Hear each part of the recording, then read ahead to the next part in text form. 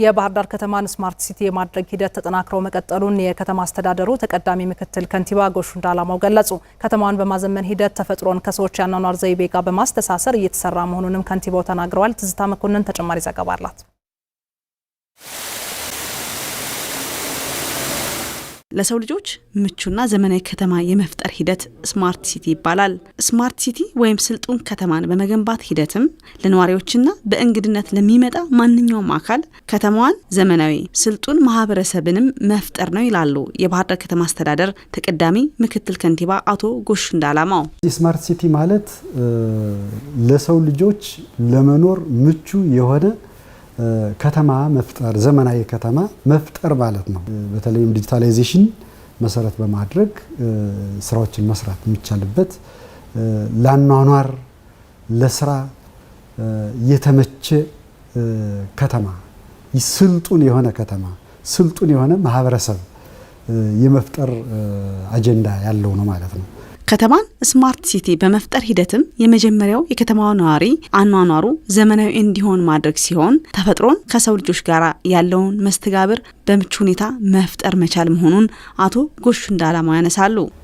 ማህበረሰቡ የከተማ ነዋሪው አኗኗሩ ስማርት መሆን መቻል አለበት። ተፈጥሮን ከሰው ልጆች ጋር ተፈጥሮን አያያዝን ተፈጥሮና የሰው ልጆች ደግሞ የሚኖራቸው መስተጋብር ጤናማ ማድረግ ዓለም አቀፍ የአየር ንብረት ለውጥን የተከተለ ይህንን አያያዝ መሰረት ያደረገ ስራ መስራት አለብን ብለን ነው እየሰራን ያለ ነው። አንዱ ጣና ሐይቅን ለመዝናኛ ለቱሪዝም መጠቀም ሌላኛው እሱ ነው። አጠቃላይ የአባይንና የጣናን የተፈጥሮ የብዝሃ ህይወት አጠቃቀም አያያዝ ከከተማዋ ህልውና ጋር አያይዞ የመስራት ስራም የተሰራበት ነው። እንግዲህ በእህንን አያይዘን የሰራናቸው ተጨባጭ ለውጦች ስላሉ ነው። የከተማ አገልግሎት አሰጣጡ ቀልጣፋና ዲጂታላይዝድ መሆን እንደሚገባውም አቶ ጎሹ እንዳላማው ገልጸው የከተማው እድገትና የነዋሪዎች የኑሮ ሁኔታ በፍጥነት እድገት ማምጣት የሚያስችል ሊሆን እንደሚገባው ተናግረዋል። ሌላኛው የስማርት ኢኮኖሚ እንዲኖር ኢኮኖሚው ከከተማ ነዋሪው ከሀገር ኢኮኖሚ ከክልል ኢኮኖሚ ጋር ፍጥነት ያለው እንቅስቃሴ ያለው ኢኮኖሚ እንዲኖር ዲጂታላይዜሽን እዚህ ላይ መኖር አለበት። ቴክኖሎጂ እዚህ ላይ መጠቀም መቻል አለብን ብለን የጀመርነው የስማርት ኢኮኖሚውን ለማሳደግ የሚሰራ ስራ አለ። ከዚያ ውጪ ከአኗኗር በተሻለም ደግሞ ነዋሪውን ራሱን ስማርት ማድረግ ያስፈልጋል። የሰው ልጆች ስልጣኔ የደረሰበት ደረጃ መድረስ የሚችል ያወቀ ማህበረሰብ ስልጡን ማህበረሰብ እንዲኖር ከትምህርት ከጤና እና ከነዚህ ጋር የተያያዙ ስማርት ነዋሪ መገንባት ስራ እንሰራለን። የባህር ዳር ከተማ አስተዳደር ከተማዋን ስማርት ሲቲ የማድረግ ሂደት እንደተጀመረ አቶ ጎሹ እንዳላማው ገልጸው በአንድ ዓመት ብቻ የሚጠናቀቅ አለመሆኑንም አስረድተዋል።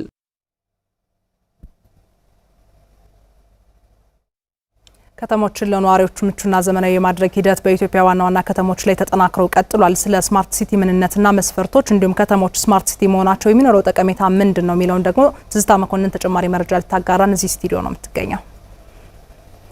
ትዝታ እንደምን ውለሻል? ስማርት ሲቲ ስንል ምን ማለታችን ነው? በጉዳይ ላይ ያለሽን መረጃ መቀጠል ትችያለሽ። እሺ፣ አመሰግናለሁ። ስትፈልግ እንግዲህ በዓለማችን ዋና ዋና የሚባሉ ወይም ደግሞ የሰለጠኑ ከተሞቻቸውን ስማርት ሲቲ አድርገው ለዜጎቻቸው ምቹና ቀልጣፋ አገልግሎት ወይም ደግሞ ዘመናዊ አስተዳደር ፈጥረው እንመለከታለንና እንደው በመጀመሪያ ደረጃ ስማርት ሲቲ ምንድነው የሚለውን ስናነሳ እንደየሀገራት ሁኔታና አፈጻጸሙ የተለያየ አይነት ትርጓሜና አፈጻጸም አላቸው።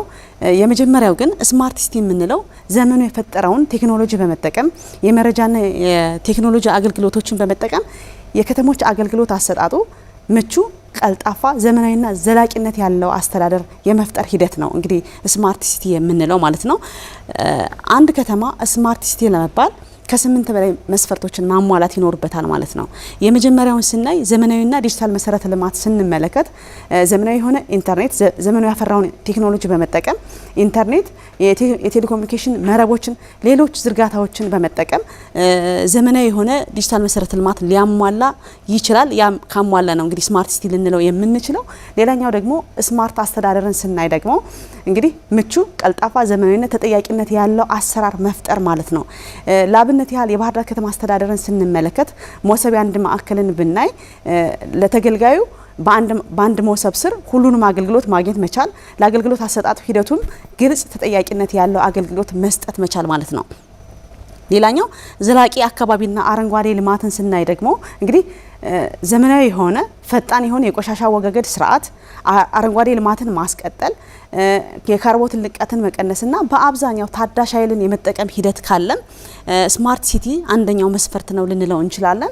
ሌላኛው ደግሞ ስማርት ትራንስፖርትን ስናይ ደግሞ እንግዲህ በታዳሽ ኃይል የሚሰሩ ዘመናዊ የሆኑ የህዝብ ማመላለሻ አውቶቡሶች መኖር፣ ጥብቅ የሆነ የትራፊክ አገልግሎት እንዲሁም ደግሞ መሰረተ ልማቱም ደግሞ የተዘረጋ ከሆነ አንደኛው መስፈርት አሟልቷል ልንለው እንችላለን።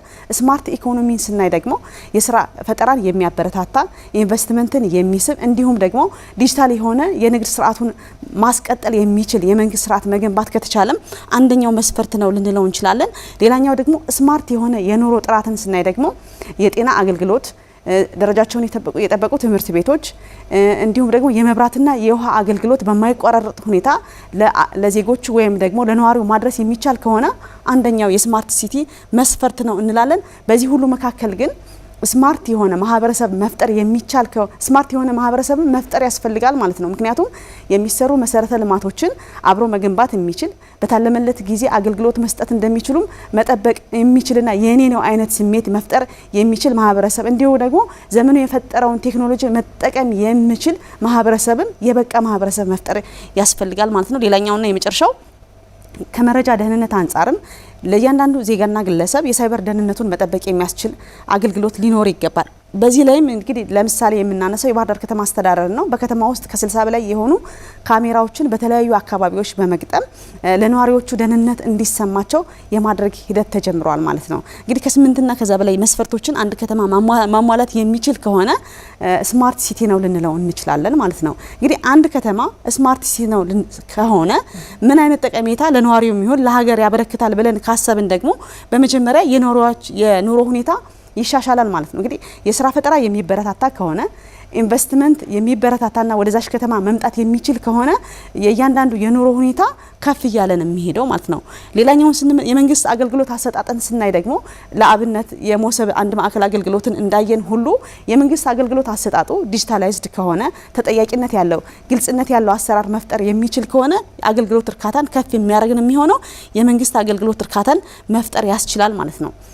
ሌላኛው ደግሞ እንግዲህ የትራፊክ መጨናነቅን ይቀንሳል ብለን የምናስብ ከሆነ እንግዲህ በታዳሽ ኃይል የሚሰሩ የትራንስፖርት አቅርቦቶች አሉ። በሁሉም አካባቢ ተደራሽ የሚሆኑ የትራፊክ መጨናነቅን የሚቀንስ ነው የሚሆነው።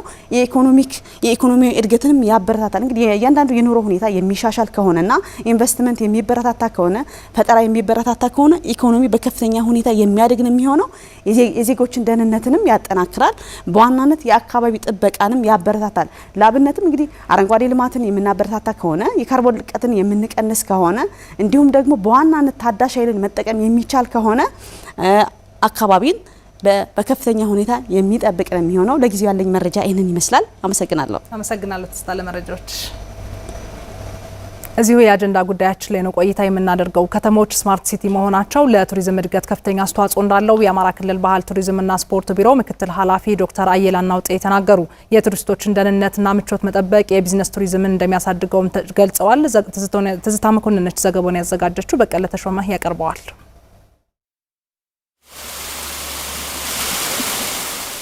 ከተሞች ስማርት ሲቲ መሆናቸው ለቱሪዝም ዘርፉ ብዙ ጠቀሜታ አለው። የሀገር ውስጥና የውጭ ቱሪስትን እንደሚያበረታታም የአማራ ክልል ባህል ቱሪዝምና ስፖርት ቢሮ ምክትል ኃላፊ ዶክተር አየለ አናውጤ ያብራራሉ። የተጨናነቀ ከተማ፣ የትራንስፖርት አገልግሎቱ ያልተሳለጠ፣